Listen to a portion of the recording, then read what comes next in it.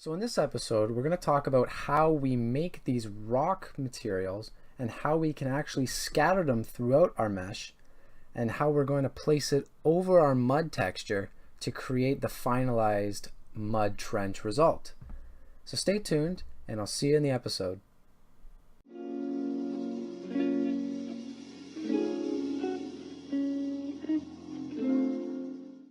So when we open our file again from last episode, we're going to get our trench mud material with our mud graph selected. We just want to right click our container and we want to go to New and Substance Graph. And we're going to see a familiar interface and we're just going to pull it up and we're going to call this Rocks. We should be able to leave all the other parameters as they are, excuse me, as it's going to keep all the parameters that we set for our mud graph. So we're just going to hit OK. So the workflow that we're going to use is very similar to the last one that we used for our mud, where we worked from grayscale using different grayscale images and working towards more of our color data, which we did at the end. Just going back into our rocks graph here, I'm going to start the same way that we did when we were making the air bubbles for our mud. I want to start by adding a polygon 2 node into our graph. And I'm actually going to just Control C and Control V it to copy it. From here, I'm just going to hit a blend node right on the bottom one, and I'm just going to blend them together right away. So it's going to show up as just one texture because we have one just overlaying on top of the other right now. And it actually is on copy blend mode, so we can't even see the bottom one as it is. I'm just going to move this guy up a little bit so that we can see our graph a little bit better. And I'm just going to add a base material node so that we can see all of our outputs once again. So we're just going to single click on that guy. We're going to go down to our user-defined maps, and we just want to be able to input our normal and our height. I'm also going to change the material preset to dielectric. I'm going to right click and view in 3D. And now we've got our output displayed in our 3D viewport. So with this guy, I'm just going to plug him into our height. I'm going to add a normal map. Plug it into here, plug it into here. And I'm going to make sure that on my normal map, I'm just going to fill alpha with input. Again, if you don't want to bring this into Unity, feel free to just leave it on alpha to 1. But the end result is that we want to bring this possibly into a game engine where Unity has compatibility errors. I'm also going to change the intensity up to something like 7 just for now so that we can see our normal map data. Something I neglected to talk about in the first episode as well is height, and you might not be able to see your height. If we go up to Materials, Defaults, and we hit Edit, you'll have the Scale button up here. And by default, it's going to be set to 0. So you're going to get something that's a little bit flat. You're not going to see any actual height data. You will see the normals though. And the way that you're going to see the height data is if you just go to Scale and bring it up to 1. Now 1 isn't the max. If you want, you can actually just double click on the number and do something like 25. And now you get something ridiculously high. As you can see, we've got something that is very, very deep, and we actually have to look straight down in order to see where our height data is.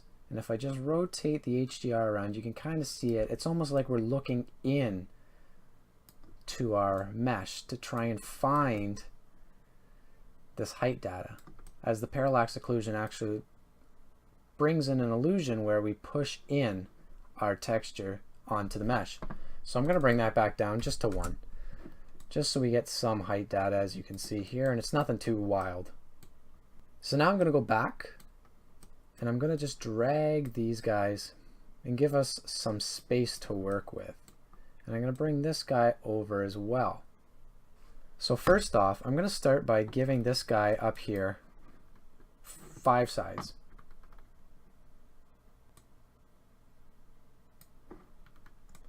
And we're going to just use the same method that we pretty much used in our mud geometry where we were creating the bubbles. So we can think of this as our rock material or our rock texture. And this up here is going to be our cutter, what we're going to use to cut away from this geometry down here so that we get something that's more fitting the geometry that we want, such as a rock formation.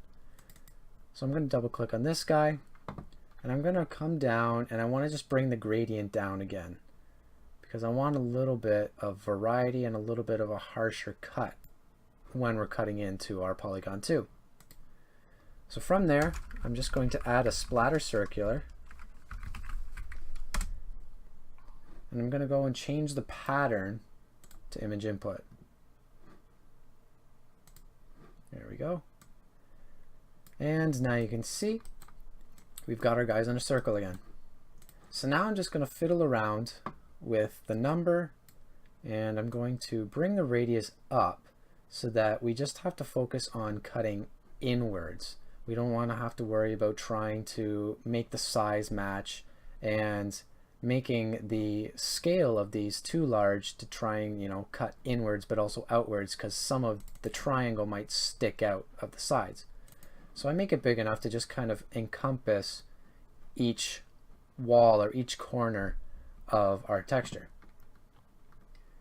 So from there, I'm just going to go down to pattern scale, bring them up, and I'm actually going to bring it up to 5 works. Yeah, 5 works for me. And I'm going to bring the pattern scale random up a little bit too, just to add a little bit of variety. I'm also going to change the rotation, and I'm going to change the random rotation. And I also want to change the blending mode like we had done with the geometry of the bubbles in the past, just to add a little bit more variety and a little bit more of the blending I like to cut away at the rock geometry. We're just going to switch that to max. I'm also going to change the luminance by scale down like I explained in the previous episode. We don't want the polygons to get darker as they decrease in scale. We want them to be uniformly white because we're going to want to cut away and not have these leftover artifacts. So I'm going to click on my blend because I want to see now in the output how our cutter is affecting our polygon or our rock mesh.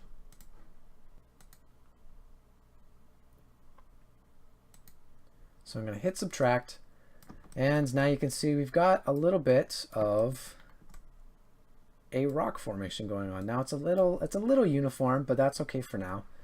And I'm going to focus on now our rock. I'm going to bring this up to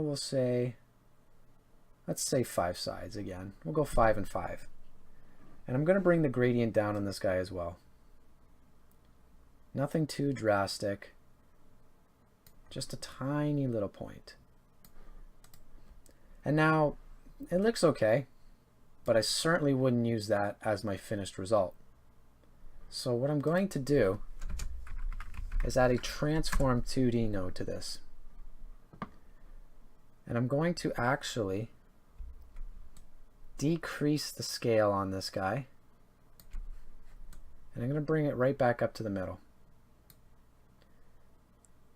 Now you can see that we're getting a lot of tiling issues, and to solve that we can just go up to our tiling mode and we can hit absolute and then just no tiling. So now we don't have any tiling. This is going to be the only texture that we are affecting. Nothing's going to try and tile over the textures and get any weird artifacts on the corners or on the edges of our texture. So now I'm going to scale this up just a little bit, but bring it back into the middle. And you can see that our cutter isn't quite cutting in far enough to cut away from our geometry. So what I'm going to do here is just go back and I'm going to edit some of the properties. And if I bring the radius down, now you can see that we're getting a bit more of a cut in to where it's now starting to look like a rock. And that's what we want. So now I'm just going to kind of drag and drop this guy around because I want to see what kind of interesting geometry we can get when searching around our cutter. I want something that kind of slopes a little bit on one side, but has a very cascadey effect on the other side. Something like a little bit of a slope. So I kind of like this, but I don't like now how we're getting a point. So I'm just going to click back on our first polygon, and I'm just going to change the gradient up to 100, just so that we have no real flat point at the top. And now I'm just going to kind of drag it around. Maybe I'll rotate it a little bit because we can find some cooler looking geometry. And now I'm going to try and line it up down here with this corner.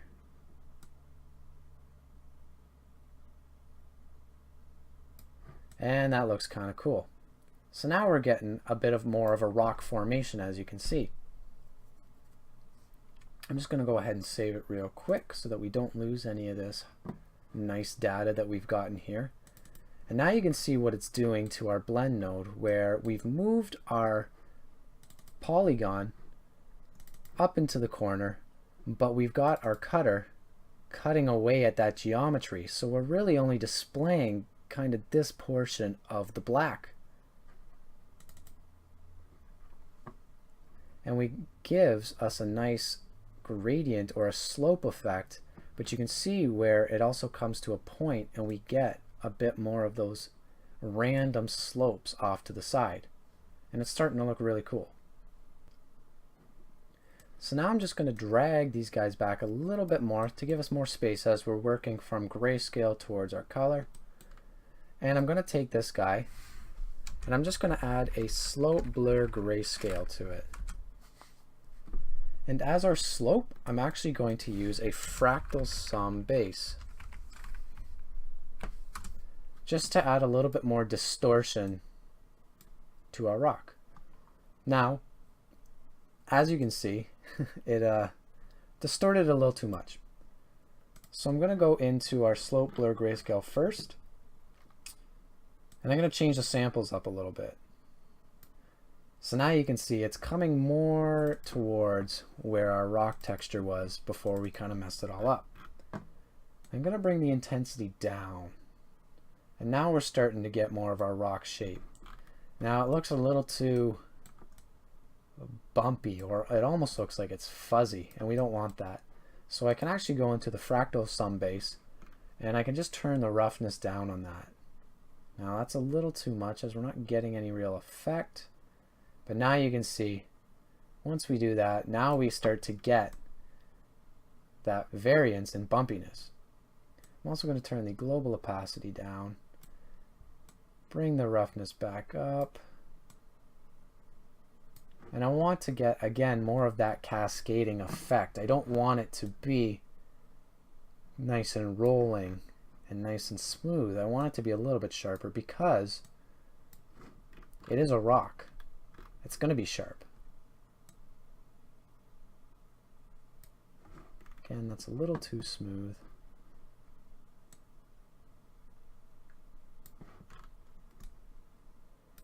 Perfect. And now I'm going to go back and I'm just going to change the intensity down again. And let's see if we can do anything with our mode.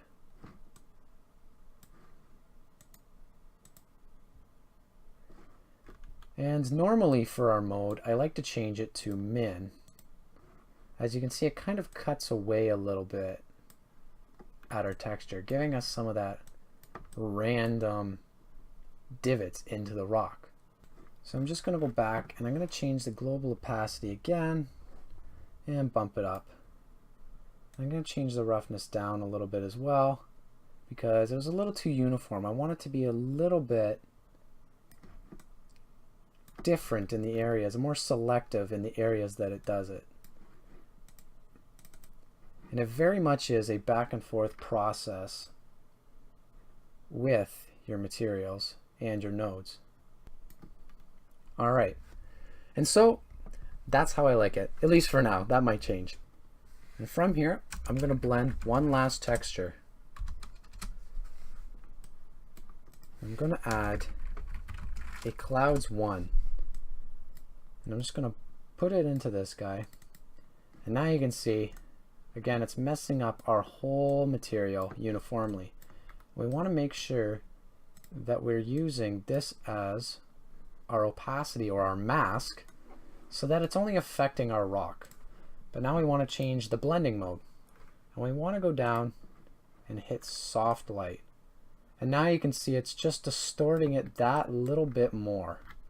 If we look up top here and we change the direction of our lighting, you can see that it's giving us more vertical geometry through the clouds, and our fractal base is giving us that cascading effect. And I think that looks kind of cool. So once again, I'm just going to come down and I'm going to bring these guys back so that I've got myself a lot of room. And we're going to use a tile sampler just to spread them all around. We'll get a tile sampler.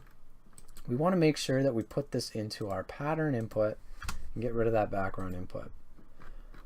Again, by default, it uses the square. So we want to go down and find our pattern, hit pattern input. And now we've got a bunch of small repeating rocks. And we don't like how it's nice and pointy, and we're going to change the amount first. Bring it something reasonable, maybe down to 4, and you can start to see them take shape again.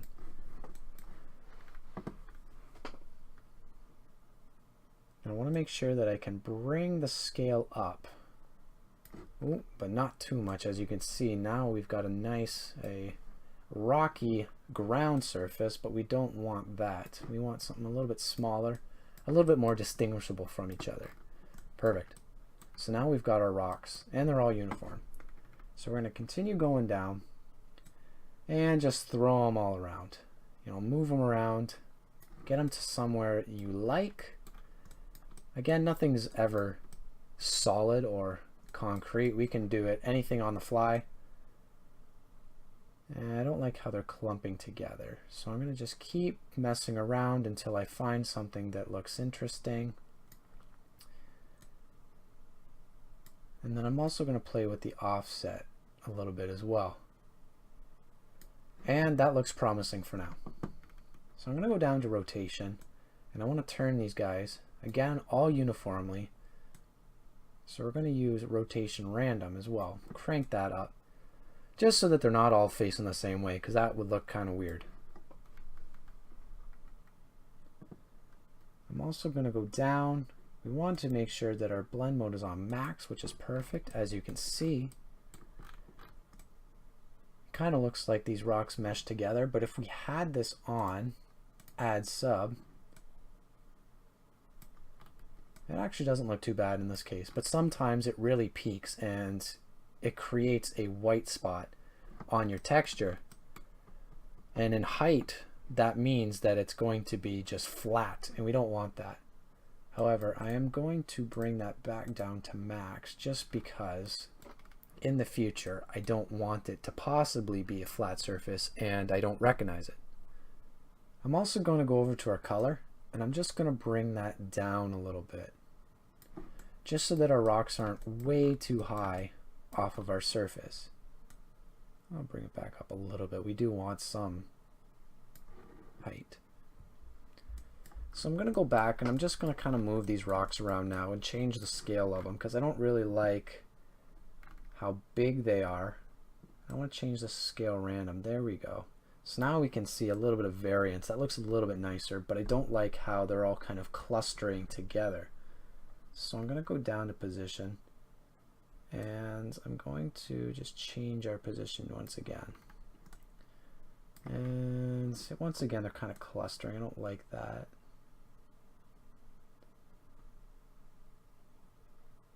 And that looks a little bit more promising. I'm going to change the offset just to play around with it. And there we go.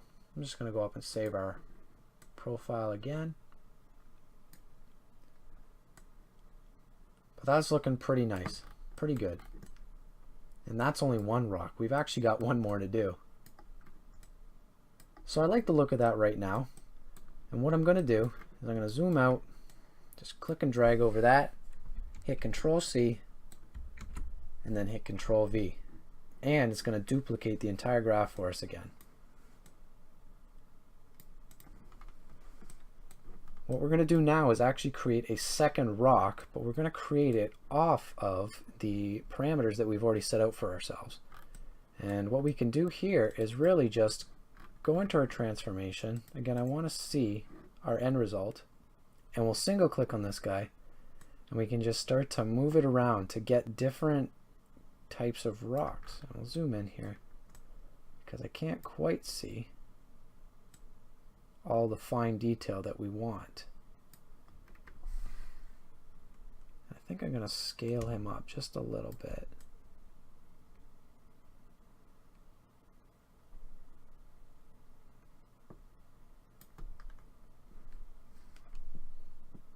Let's take a look. Maybe I want to bring the gradient down a little.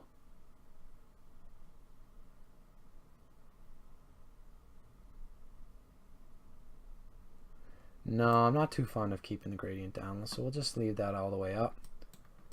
And I'm going to play around with our splatter effect once again. So I'm going to bump up the number a little,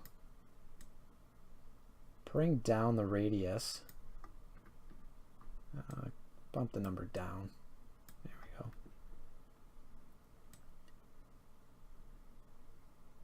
Change the size. Bring the scale up too, get some interesting looking rocks, something like that. That looks kind of neat. And we want to have a little bit more smaller rocks too. We've got a pretty good size rocks as of right now. So we can use a little bit of rocks to scatter around and break it up. I'll change the rotation.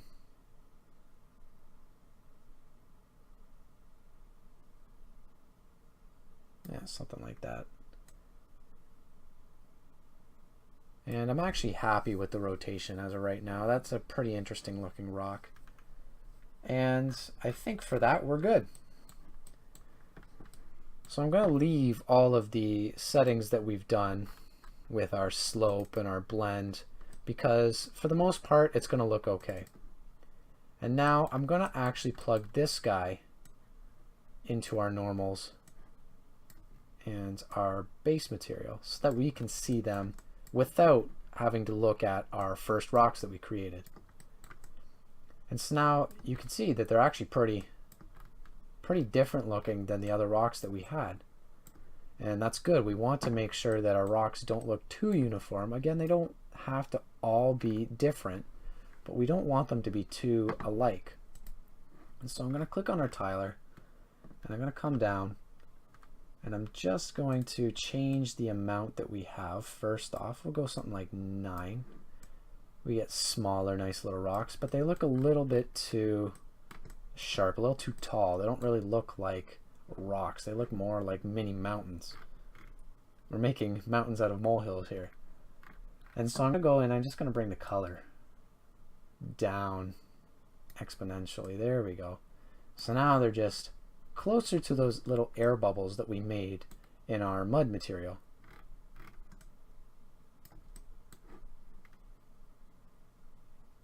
So I'm going to go back up, and I'm just going to play around with the rotation, and I'm going to play around with our position random as well and our offset, just so that it doesn't have the same inputs as our larger rocks have, because then we'll get a lot of our rocks underneath the bigger rocks and they won't show up as well. And again, just playing with the offset to make sure that we have some open spaces, but not too many. And now I think I like the look of that. Go up and save. And I think that's looking pretty good. So we'll scroll out, and I'm going to add now a blend onto this guy. And I'm going to bring this up into the middle, and I'm going to click and drag this guy down below. So now it's going to show up, because we have a copy blend mode, it's just going to show the top one there. And before I do that, I actually want to practice what I was preaching and eliminate this fractal sum base, because we actually have one right up here, and it's got the same information as the one that we copied because we copied it directly from our first rocks. So I'm just going to demonstrate that we can also recycle this node and basically plug it into here, saving us from having to render another node. So back to what we were doing before. I'm just going to take this guy up here that we're blending the two rock tiles together,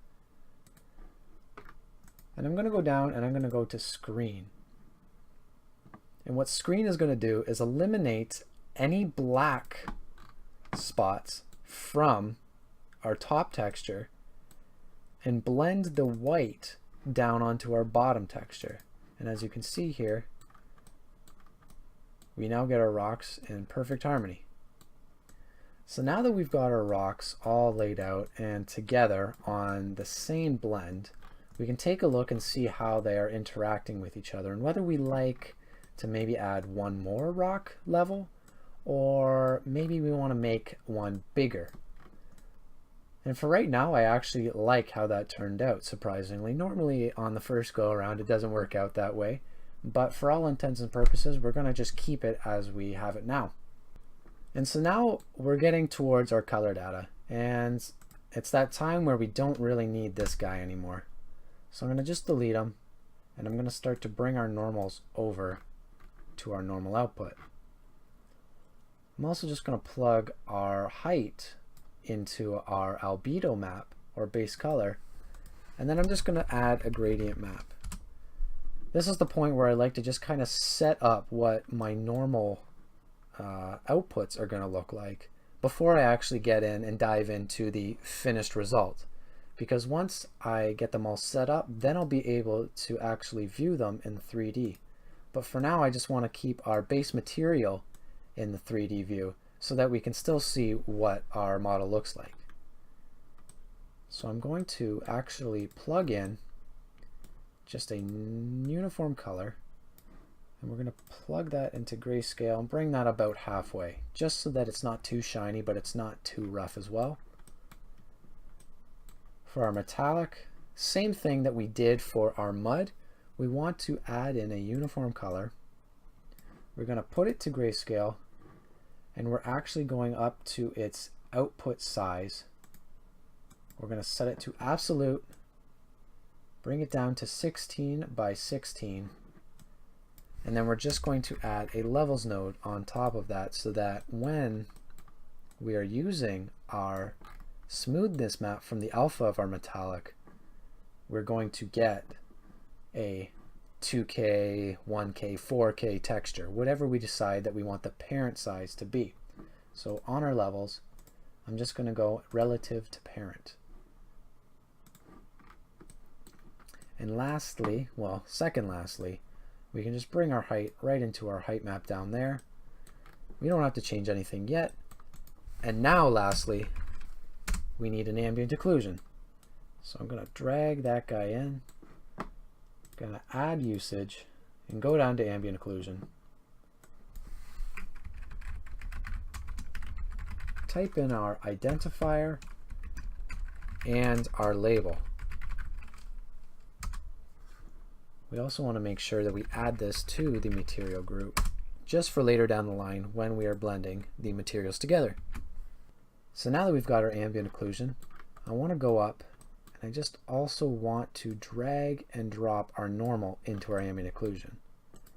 Because if you remember from the last episode, we're actually going to use both a curvature smooth and a curvature sobel to try and replicate what we get when we utilize an ambient occlusion horizon-based filter.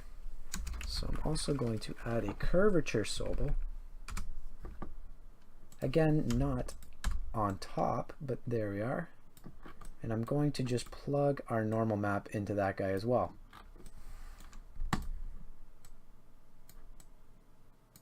So now we can just clean this up a little bit. And now we are good to go. So to start off, I'm going to actually just view our outputs in 3D. And as you can see, it's now looking a little bit weird. And a big reason is because of the ambient occlusion that we currently have in. Because it's very gray and it's very, very contrasting with where our shadows and our light data is. So I'm just going to actually add a levels node to that first so that it just doesn't look so dark. And we're going to touch ambient occlusion at the end, but I just wanted to clear that up. So we're going to plug in our normals. I think I accidentally unplugged that when I was messing with the ambient occlusion. And now we've got more of our data coming in. And you can see that the ambient occlusion shadows are very, very dark, but we're just going to ignore that for now because we're going to change that.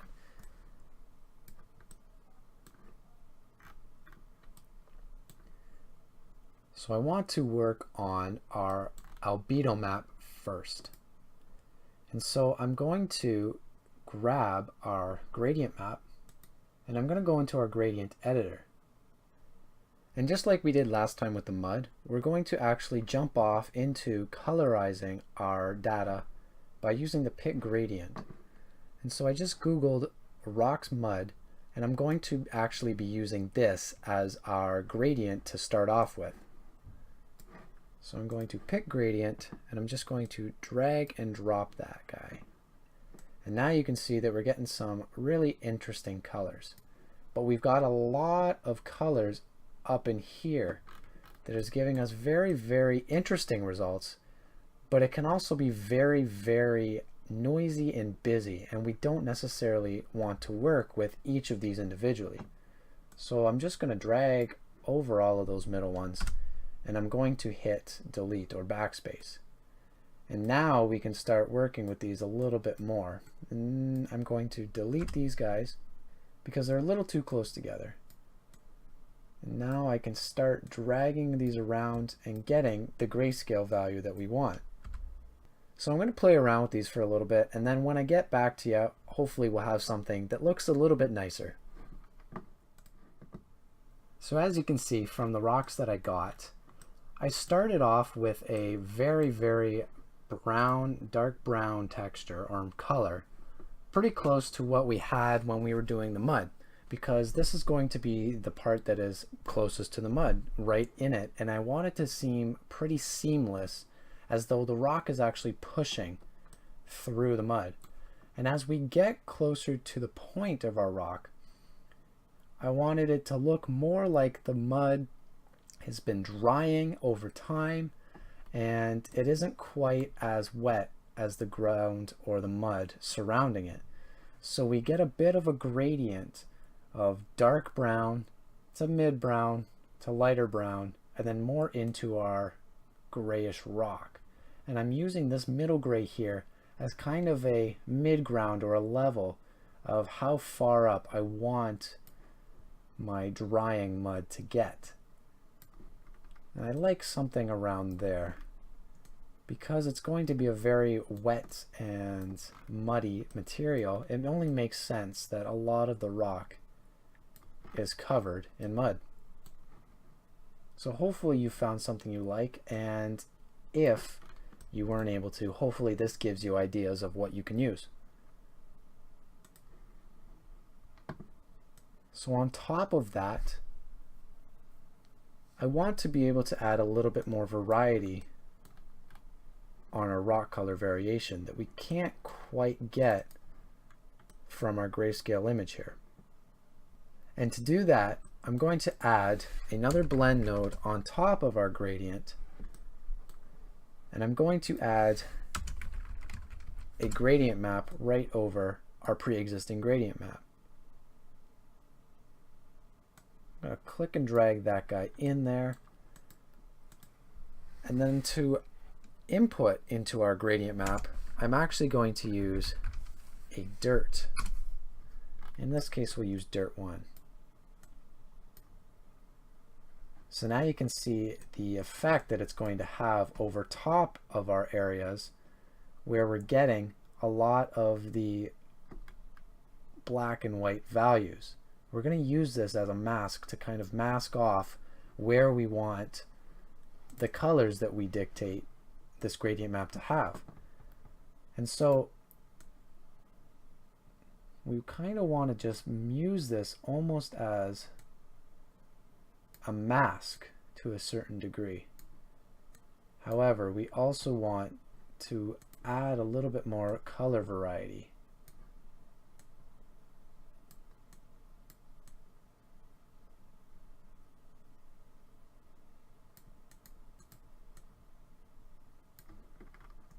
So now we're just going to get a little bit of black and white specks, and I'm going to use this as a mask.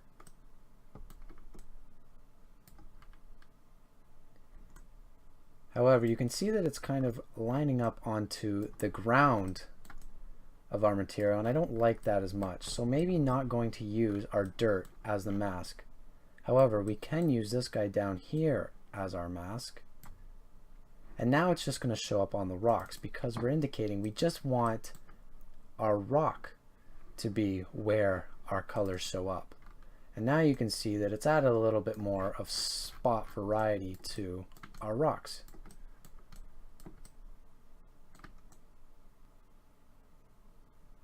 And now it's looking pretty good.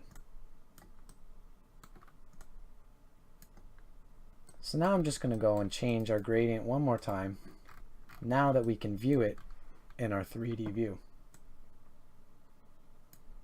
So I'm going to use our gray as just a bit of leverage for how much actually shows up on our rock. And now I can also play around with the colors and see that maybe other colors I want to add. Like maybe I want brown because we are surrounding it with a mud, and mud would make more sense.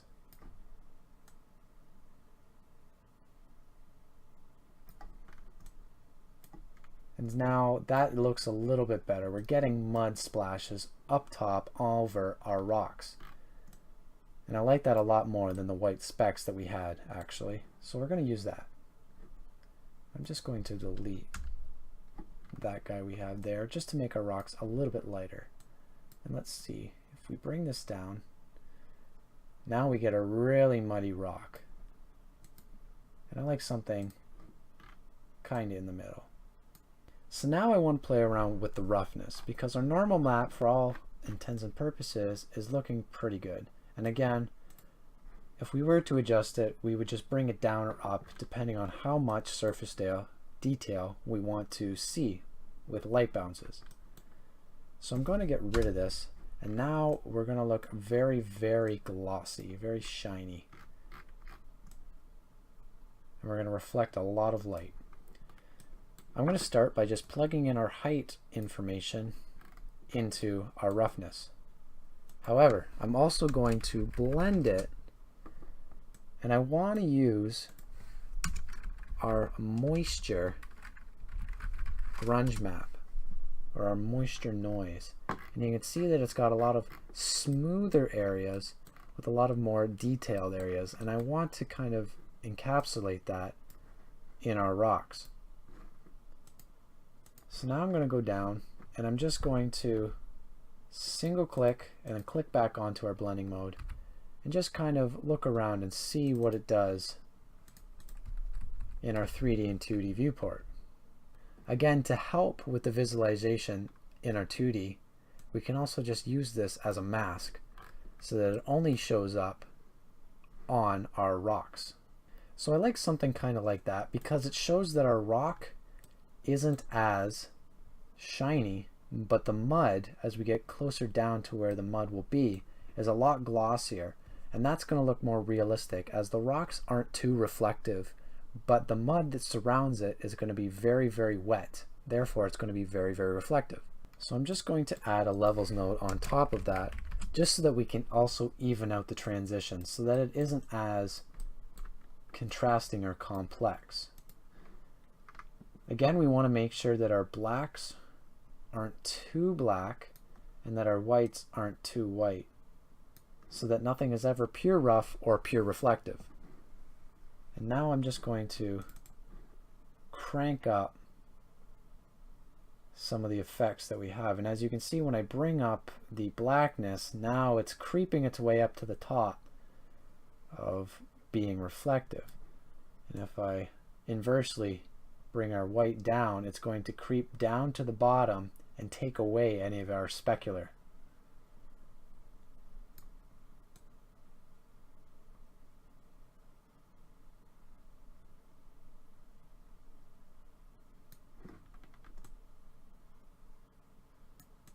So I kind of like something like that.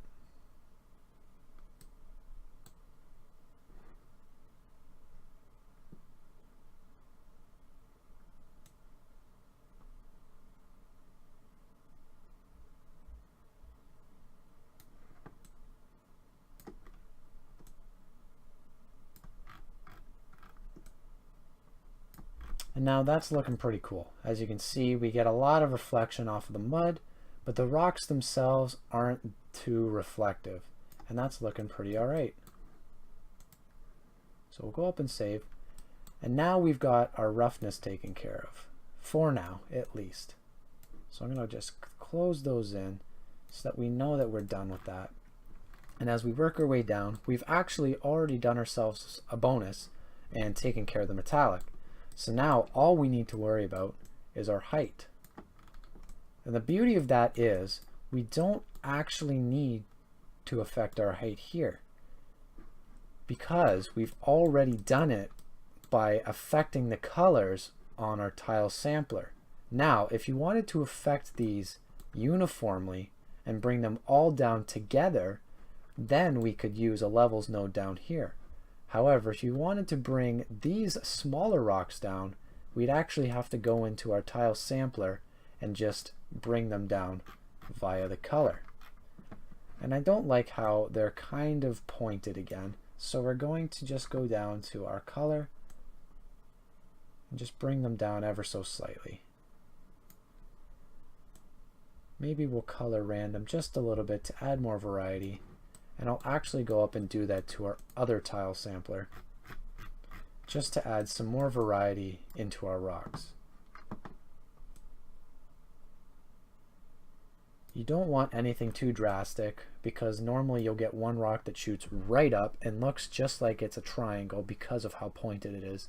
But you want to have a little bit of subtle variation that's going to really sell what your texture is. And now I think that's looking awesome. So we can lastly focus on creating our ambient occlusion. Again, if you don't want to bring this into Unity 5, feel free to just type in ambient occlusion and utilize your ambient occlusion horizon-based node. As you can see, if we take our height and plug it in, it does an okay job off the hop of giving us an ambient occlusion map. And if you play around with some of the parameters, you can really adjust it to how you want it to look, and it looks pretty sweet. Taking the radius down, improving the quality, and we can even optimize it for our GPU. As you can see down here, it takes 104 milliseconds versus 265 milliseconds if we turn it off. And now we've actually optimized it, and now it's down to 31. And you can see the stark contrast between the two.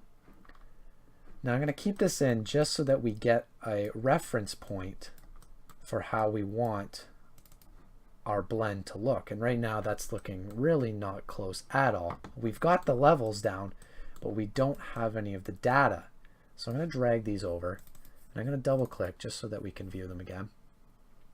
And I'm actually going to bring our smooth down and have that as our base texture going into our blend.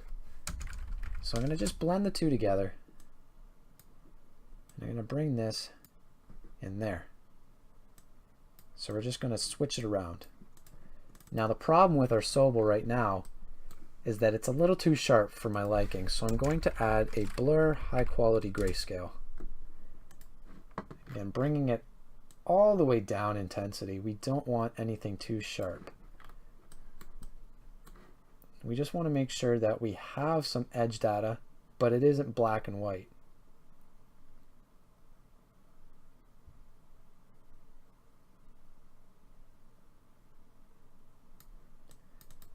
So I think something like 0.2. Actually, let's do 0.15. That's kind of what I'm looking for. Again, you can still see the edges, but it's not as sharp as that. So now once we go into our blend, we want to go down to overlay. So now we get our surface detail, our large surface detail. As you can see, there's shadowing over here and not so much over here, but we also get our smaller crevice details and along the edges as well. And now I'm going to go to the levels node that we actually bleached out, and I'm going to bring this all the way back so that we have something to start from again. So keeping in mind that we want to achieve something close to this, we'll bring our whites down so that we get some pretty bright whites.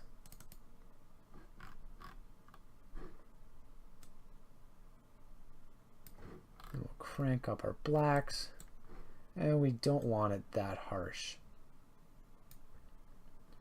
I'm also going to bring up our black outputs just so that our background isn't as gray or as dark, because as you can see, we only want the darkness to be the shadows.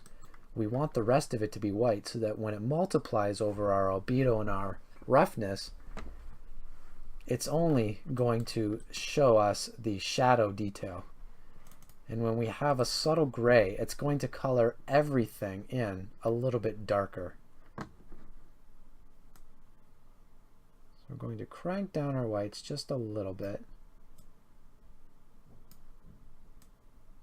I'm going to bring our white, or our black, sorry, outputs right up, kind of the halfway actually.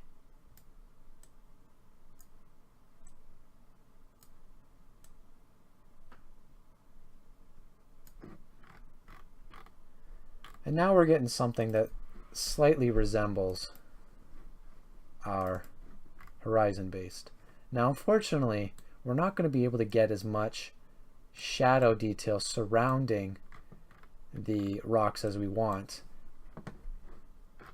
But even in our horizon based, I would never want something that harsh. I would want something more along the lines of this, where it's pretty close. You can make out the details, but the shadows aren't too far off of the rocks. And now you can kind of see that we're getting somewhat close. Now that I'm looking at it, I think that these are too harsh. And I'm also going to bring our black down a little bit.